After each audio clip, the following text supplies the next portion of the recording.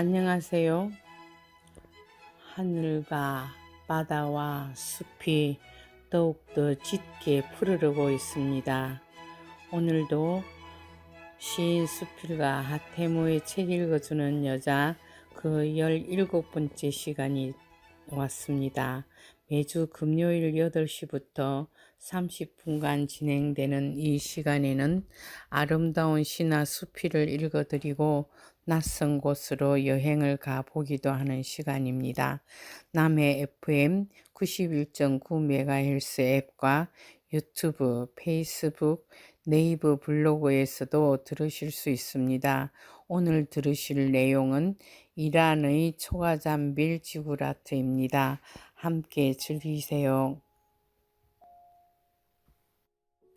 초가잠빌의 지구라트. 사탕수수밭을 지나고 유랑민들의 거주지를 봅니다. 이들은 이 벌판에 거주하면서 사탕수수밭의 일꾼으로 일하기도 한답니다. 이들이 집시인지 아닌지 알 길은 없습니다. 적어도 집시는 이집트에서 건너온 유랑민으로 근본은 있는 사람들입니다. 제복을 입은 학생들, 많은 이란인들이 금요일 휴일을 기해 초가잠빌로 몰려들고 있습니다. 이란의 건물로는 최초로 1979년에 유네스코 문화유산으로 등록된 곳입니다.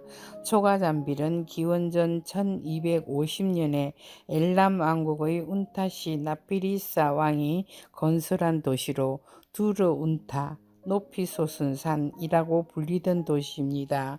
1935년 유전 탐사팀이 비행기를 타고 오다가 발견했다는 이곳은 기원전 640년 아시리아의 침입으로 수사와 함께 파괴된 곳입니다.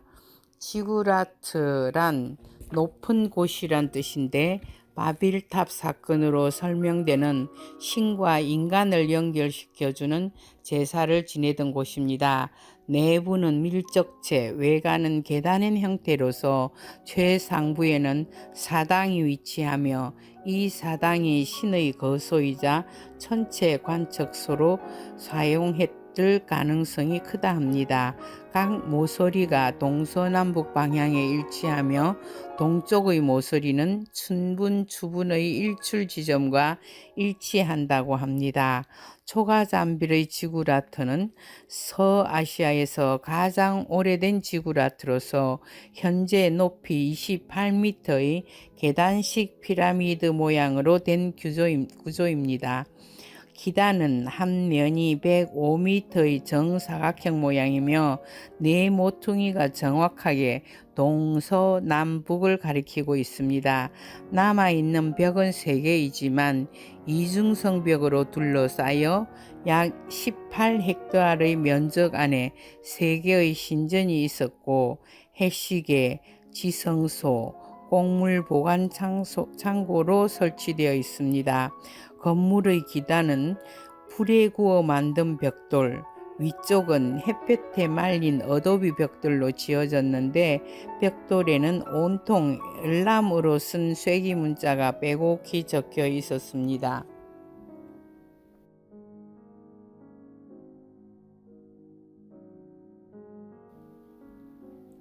메소포타미아의 풍요로운 도시 국가들은 기원전 3000년에서 5000년 사이 자신들이 숭배하는 신을 모시는 수백 개의 지구라트를 만들었습니다. 바빌론, 우르크, 우르와 같은 주요 도시들은 도시 중앙에 거대한 지구라트를 갖추고 있었습니다. 현재 유적이 확인된 곳만 해도 30곳 이상입니다. 이 지구라트에서 올려지던 특수의식에 대한 진실을 지구라트가 종교적인 용도로 사용됐음을 말해줍니다. 수많은 지원자 중에서 엄선된 한 쌍의 남녀는 지구라트 위에 신전 앞에서 엄숙하게 결혼식을 올립니다. 식이 끝나면 부부와 수행원 그리고 가족들은 신전 안으로 들어갑니다. 이곳에는 2개의 관이 있는데 이곳에서 신랑과 신부는 성스러운 죽음을 맞습니다. 그들이 관 속에 뉘어지면 수행원들도 독약을 마시고 부부를 따라갑니다. 곧 가축들을 죽여 제물을 바친 후 무거운 돌문을 닫는 것으로 의식은 끝납니다. 이들의 성스러운 죽음으로 살아있는 사람들에게 신들의 은총이 내려져 풍요와 영원한 삶이 보장됩니다. 그러나 모든 지구라트에서 인간을 제물로 희생시킨 것은 아닙니다.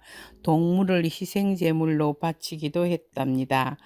홍수에 휘말리고 자결하는 태양의 불빛에 시달리던 세계에서 인간이 신의 도움을 청할 수밖에 없어 지구라트를 만들어 신의 강림을 바라는 인간들이 높은 제단을 쌓아 제의를 드렸습니다. 바벨탑이라 불리는 지구라트의 뜻을 살펴보면 유대인들이 붙인 이름으로 바벨은 신의 문이라는 뜻입니다. 바벨탑을 처음 발굴한 사람은 독일의 콜데인입니다. 그는 1913년 바빌론을 발견하던 중 도시의 중앙에 있는 거대한 탑 유적의 토대에서 기원전 229년에 새겨진 점토판을 발견했습니다. 점토판에 따르면 탑은 7층이고 그 위에 사당이 설치되어 있었습니다. 몇 가지 자료를 종합해 조사한 결과 바벨탑을 세우는데 모두 8,500만 개의 벽돌을 사용했으며 건물의 규모는 가로 세로 높이가 약 90m에 달했다는 것을 밝혀냈습니다. 한때 세계 7대 불가사의 중 하나였던 공중정원도 바빌론 성 안에 있었습니다. 원래는 각 도시에 지구라트가 있었으나 거의가 무너져버려 원형을 간직하기 못하고 있습니다. 오늘날까지 가장 잘 보존되어 있는 것은 울의 지구라트인데 밑변이 62.5, 43m입니다. 우르 1왕조의 것을 우르 3왕조의 우르남과 쇼르기가 수복한 것이랍니다.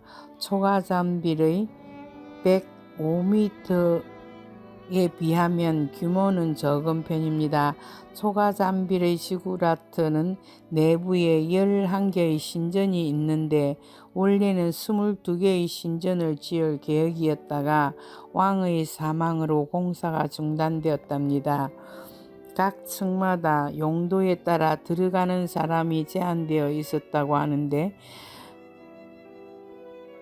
왕과 제사장만 들어가는 아치형의 문을 바라보며 뜨거운 초가잠빌의 성 안을 서성거렸습니다. 시간이 흐를수록 많은 학생들이 몰려 들어왔습니다. 제복을 입은 여학생들이 주로 많았습니다. 테헤란이나 또는 근처의 여러 지역에서 답사온 학생들일 겁니다. 그들은 카메라로 사진을 찍기를 좋아합니다. 그들은 우리를 찍고 우리는 그들을 찍으며 한동안 사람 구경에 여념이 없었습니다.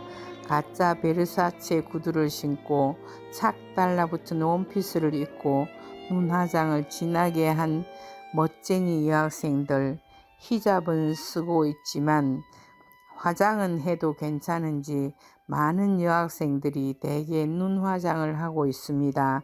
우리의 시각으로 보면 불량 학생들인데도 예쁘기만 한 그들입니다. 유적을 보는 것보다 색깔그리며 노닥거리는 일이 더 신명나는 모양입니다. 해시계를 만든 벽돌에 쓰인 점토판과 물이 흘러내린 수로와 희생제물을 끌고 들어왔던 문을 보았습니다. 그 문에 기대어 사람들이 사진을 찍습니다. 모자를 멋스럽게 쓴 멋쟁이 문 선생이 포즈를 취한 뒤 이제 남자가 찍어요. 김 교수가 색안경을 쓰고 문에 기대었습니다. 강물에 밀려온 땅이었는지 유난히 예쁜 조약돌이 많았습니다. 유 교수님이 몽실한 조약돌 하나를 주어 초가잠비를 그려달라고 나에게 주문을 합니다. 너무나 황량한 그러나 너무나 아름다운 수사로 갑니다. 지금은 슈슈라 불리는 이란의 소도시는 금요일 사람으로 들끓었습니다.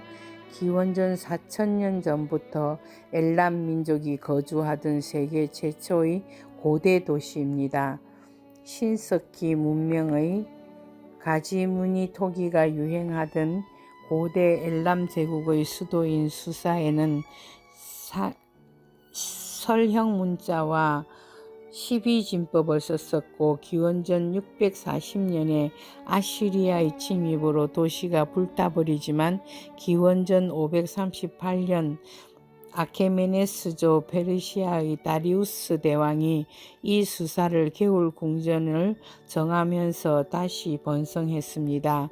그리스 대원정을 떠났던 크세르크세스 1세가 델포이와 아테네에서 취한 보물과 국고를 수사에 두어 더욱 발전해졌고 기원전 331년에는 알렉산드 대왕이 이 도시를 점령하더니 4세기에 기독교의 중심지가 되었다가 7세기에 아랍, 1218년에 몽골군에 의해 완전히 파괴되었습니다.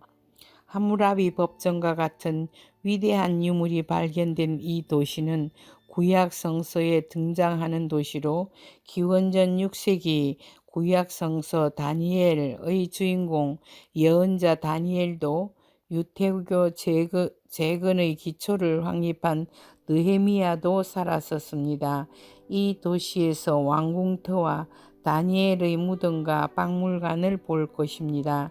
이곳은 휴일이라 초등학교 아이들이 소풍을 왔습니다.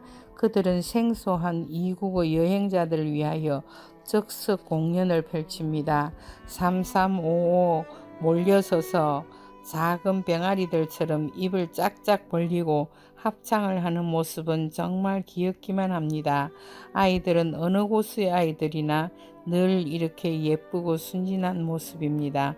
그들이 가진 꿈은 과연 무엇일까요? 목청이 쉬도록 큰 소리로 노래를 불러대는 아이들보다 검은 차도르를 길게 두른 선생님들이 더 신이 납니다. 아이들을 정렬시켜 지휘를 하며 선생님들의 팔이 힘있게 솟아오릅니다. 뜨거운 태양 아래 아이들은 땀을 뻘뻘 흘리며 자꾸만 노래를 부릅니다. 알라는 영원하다. 호메이니는 영원한 지도자이다. 이런 뜻의 노래일 것입니다. 분명히. 선교수는 이곳의 전통 노래를 부르는 사람들을 찾아서 녹화를 하기에 바쁩니다. 제대로 곡조를 뽑아가며 노래하는 사람을 만나 신나게 녹화를 합니다. 호메이니를 위한 전통 민요라고 합니다. 수사의 왕궁터는 정말 형편없이 망가져 있었습니다. 차라리 땅에나 묻힐 것이지 페르세폴리스처럼. 그 형편없이 망가진 유적지를 그래도 이란 사람들은 아이들을 데리고 휴일 나들이를 나와 하루를 즐기고 있습니다. 선조들의 유업을 기리면서 수사의 박물관으로 갑니다. 아무리 눈을 닫고 보아도 여자의 부조물이라고는 하나도 못 보던 페르세폴리스의 유적에서 실망했었기에 도착하자마자 여인의 조각을 찾았습니다. 목은 없지만 유려한 곡선미를 자랑하는 대리석 비너스상이 박물관 마당에 서 있습니다. 아마도 크세르크세스가 그리스에서 가져온 것일 것입니다. 박물관 안에도 두어 점 여인의 부조물과 작은 진흙 인형도 있었습니다. 그러면 그렇지. 역사는 남자가 만들지만 그 남자는 여자가 만드는 것이 아니던가. 아무리 페르시아라고 한들 작은 박물관 안에 들어있는 질그릇들과 작은 항아리, 돌 입상들, 입구에는 거대한 호마상도 많이 있습니다. 모두가 칠곡의 세월을 견뎌온, 그리고 오로지 지금까지 살아남은 이 역사의 흔적을 두고 아무도 진실을 다는 말하지 못하는 게 안타깝습니다. 힘의 논리로 쓰여지는 역사를 우리가 눈으로 보고 있습니다. 페르시아의 왕들, 그들의 이름은 우리는 지금껏 몇이나 알고 있었던가요? 우선 이 수사의 유적을 탐사한다는 명분으로 커다란 성을 높이 지어놓고 비밀리에 수사를 발굴한 프랑스의 고고학 팀이 거대한 성을 지어야 했던 진실은 과연 무엇이었을까요? 지금 수사의 명물이 된 건물이라고 우쭐대고 있지는 않을까요? 붉은 음모를 보는 것 같아 기분이 유쾌하지는 않았습니다. 다니엘 영묘로 갔습니다. 초록빛 9덤불을 지납니다. 붉은 프랑스가 지은 성을 지나 다니엘 영묘로 가는 길, 이란의 아주머니 한 분이 한 아름의 9을 따가지고 언덕을 내려갑니다. 무엇이냐고 묻는 일행에게 줄기를 한 가닥 씹어 보입니다. 풋풋한 내음이 9맛입니다. 매일 양고기, 케밥 같은 꽃 같은 음식만 먹어 이제 한국 음식이 그리운 일행들은 된장 풀어 끓인 9맛을 연상하며 꺾어가서 해먹자고 야단드립니다. 그냥 해본 소리라도 잠깐 행복한 순간이 흐릅니다. 이란 아주머니는 요리 방법도 한창 설명을 했지만 어찌 그 말을 알아들을 수 있겠습니까? 다니엘 영묘는 그의 묘지에 모하메드가 올 것을 예언한 구약의 선지자로 기록되어 있기 때문에 기독교인은 물론 이슬람 시아파 교도들의 성지 순례 장소라고 합니다. 다니엘은 느부갓네살 왕의 꿈을 해몽한 인연으로 높은 지위에 올랐다가 고관들의 질시로 사자굴에 던져졌지만 신의 가호를 받아 무사했기에 믿음의 용사, 신의 절대적인 가호의 상징으로 묘사됩니다. 그의 무덤은 거대한 하얀 원뿔 모양의 탑이 서 있는데 멀리서 보아도 거대한 모습이 신비스러움을 자아내게 합니다. 영묘는 순례객으로 사람들이 너무 붐벼서 들어갈 수 없을 정도입니다. 입구의 오른쪽 맨 앞에는 커다란 벽화를 그려두었는데 정말 특이한 그림이었습니다. 차도르를 두린 아름다운 여인의 그림 위에 차도르를 쓰는 것은 진주를 감추는 것이며 차도르를 쓰면 진주처럼 아름다운 여인이 된다는 뜻의 영문이 적힌 차도르 선전 문구 같은 글이 적힌 벽화입니다. 벽화 속의 여인은 정말로 진주처럼 아름답기는 합니다. 그 그림만 보고 다니엘 영묘는 들어가 보지도 못한 채 뒷문으로 나와 버렸습니다. 사람이 너무 많았기 때문입니다.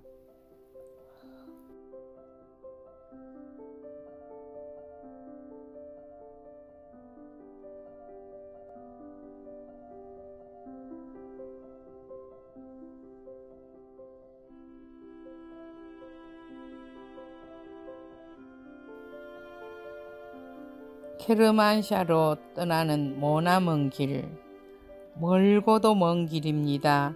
버스 안은 길을 발산하지 못하여 신명난 사람들이 동요 내기를 합니다. 두 패로 나누어 신명을 부리고도 모자라 차례대로 나와 노래를 부르지만 춤도 노래도 이란의 운전기사에겐 스트레스를 줄 뿐이었습니다. 버스 안에서 가무는 금지 조항이기 때문입니다. 그러나 긴 여정에서 과연 무엇이 나그네들의 지루함을 달랠 것입니까? 이 여행의 가장 어린 동반자 해수는 간간히 옆자리로 와서 추운 돌조각에 그림을 그립니다. 이번 여행은 가는 곳마다 작정하고 스케치를 합니다. 그림 실력이 한창 진일보하고 있음이 보입니다. 해수하고는 함께 여행을 여러 번 했습니다. 이집트, 중앙아시아, 그리스 여러 장소로. 이제 여행의 막바지 사람들이 어느 정도 친할 만큼 친해졌습니다. 스스럼 없이 말도 걸고 서로 농담도 나누곤 합니다. 사람은 만남으로 성장하는 것입니다. 긴 여행길 쏟아지는 별들을 보며 어두워지자 별이 보이기 시작합니다. 달이 없는 하늘의 별은 뚜렷합니다. 마음의 별도 이렇듯 밝게 빛났으면 좋겠습니다. 별은 희망의 싹이기도 합니다. 번뇌는 별빛이라고 노래한 어느 시인의 시기처럼 번뇌까지도 저 빛나는 별빛이 되어버릴 듯 쏟아지는 별을 보며 행복을 느낍니다.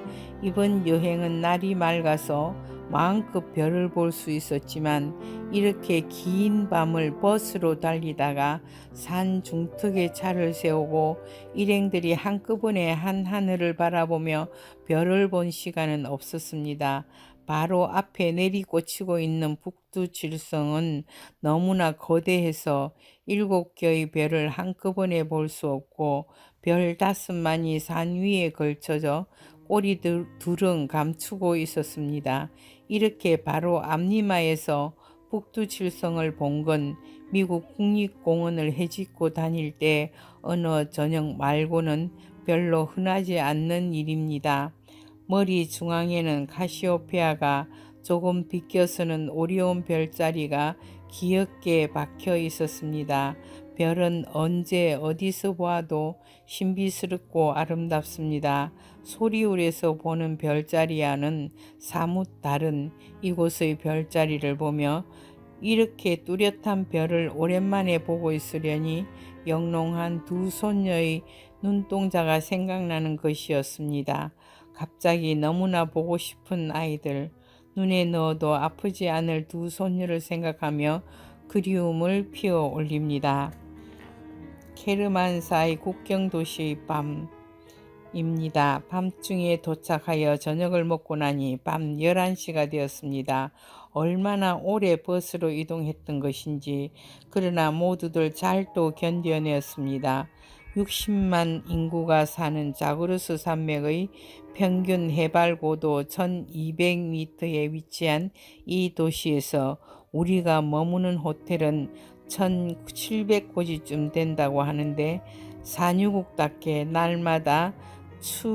방마다 추울까봐 히트를 뜨겁게 틀어두어 방에 들어가니 더운 기운이 훅 하고 달려듭니다. 넓고 깨끗하긴 하지만 벽에 칠한 하늘색 페인트 자국이 흘러 뚝뚝 지워지지 않은 채 성의 없이 묻어 있습니다. 호텔은 오래된 건물을 리모델링한 것이라 합니다. 바로 옆이 이라크 국경이라고 하는데 고원 도시라 선선한 여름과 추운 겨울을 가진 소도시로서 바흐타란이란 이름으로 불리기도 합니다. 그 이름은 1970년대 이슬람 혁명 이후 도시 이름에 샤가 들어갔다고 바흐타란이라 했다가 이란 이라크 전쟁 이후에 다시 케르만샤로 바꾸었습니다. 이란 고원과 메소포타미아 평원을 잇는 무역 교통의 요지이며 곡창지대로서 2차 세계대전 이후 제당, 제분, 방적 등의 근대적 공장이 서고 1960년대 나프테샤 국영석유회사가 서면서 석유경제기지로 발전합니다. 기원전 7세기부터 사람이 살았었고 기원 후 4세기 사산조 시기에 번성했으며 640년 아랍의 정복으로 11세기 셀주크의 지배 아래 이란 서부의 중심 도시가 되었습니다. 주민의 대부분은 쿠르드족이라 합니다. 들려드릴 노래는 얼굴입니다.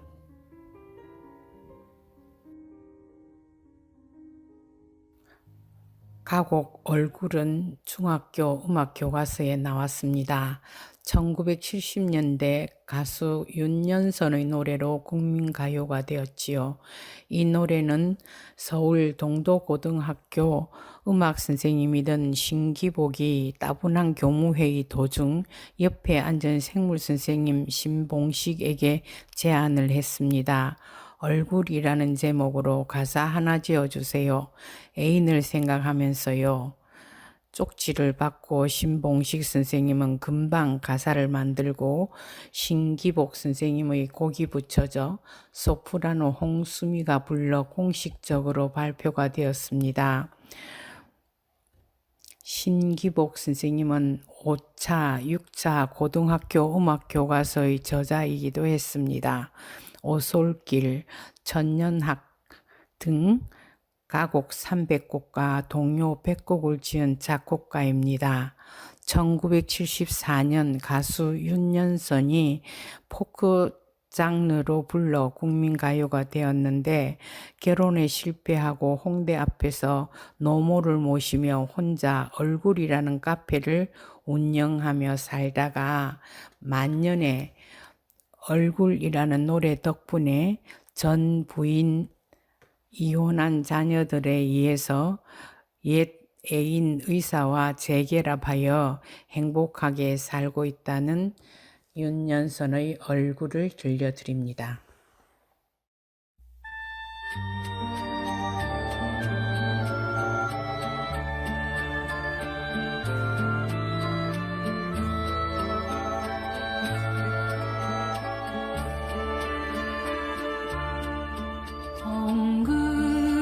동그라미 그리려다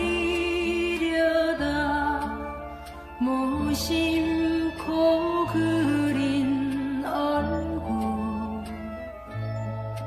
내 마음 따라 피어나던 하얀 그때 꿈은 풀잎에연 이슬처럼 빛나던 눈동자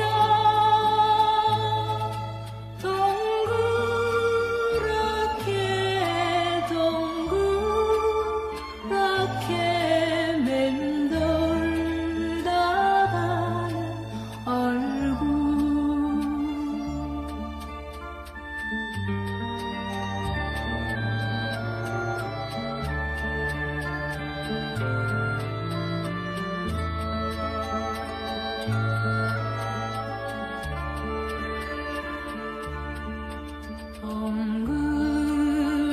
동그라미 그리려다 무심